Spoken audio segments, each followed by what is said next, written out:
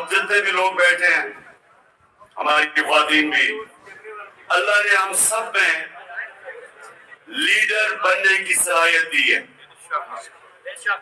کیونکہ یہ یاد رکھیں ہم اللہ کی سب سے عظیم مخلوق ہیں, اشرف المخلوقات. تو جب اللہ نے فرشتوں کو کہا کہ انسان کے سامنے جھکو, اور جب ابلیس نے انکار کیا تو اللہ نے کہا فرشتوں کو کہ تمہیں بھی نہیں پتا کہ میں نے انسان کو کتنی صلاحیتیں دی ہوئی ہیں. مشکل اور مسئلہ یہ ہے کہ ہمیں بھی نہیں پتا کہ اللہ نے ہمیں کتنی صلاحیتیں دی, اور وہ کیوں نہیں پتا؟ کیونکہ یہ آپ کی ساری زندگی کام آئیں گے اگر آپ کو سمجھ آ گئی.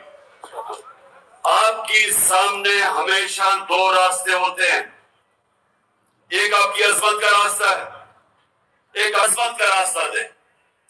مانتے ہم نعمتوں کا راستہ ہے اور چاہتے ہیں ہم وہ تباہی کا راستہ, کیونکہ وہ آسان راستہ لگتا ہے.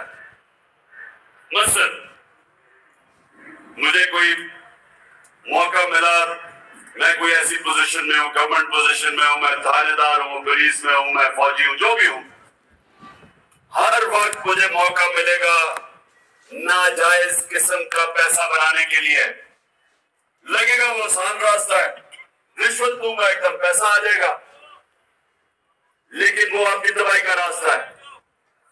جس وقت آپ کو آسان, جو آپ کو راستہ آسان لگتا ہے وہ لیں گے, وہ اصل میں آپ کی تباہی کا راستہ شروع ہو جاتا ہے. جب آپ سمجھتے ہیں کہ یہ بڑا آسان طریقہ پیسے بنانے کا, آپ اپنا ضمیر بیچتے ہیں, وہ آپ کی تباہی کا راستہ شروع ہو جاتا ہے. جو لیڈر ہے وہ ہمیشہ وہ راستہ لیتا ہے جو اللہ کہتا ہے.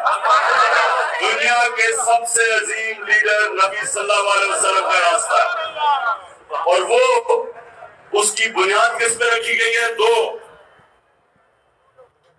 کیریکٹرسٹکس کے اوپر اس کی بنیاد رکھی گئی ہے لیڈرشپ کے راستے میں, صادق اور امین.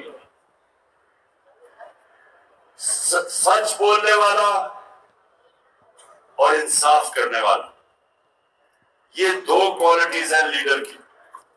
جو بھی آپ میں سے لیڈر بننا چاہتا ہے یہ یاد رکھیں, آپ کو یہ دو چیزیں, سچائی, جھوٹا لیڈر نہیں ہو سکتا.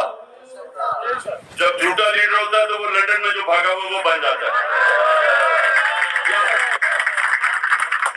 لیڈر سچ بولتا ہے.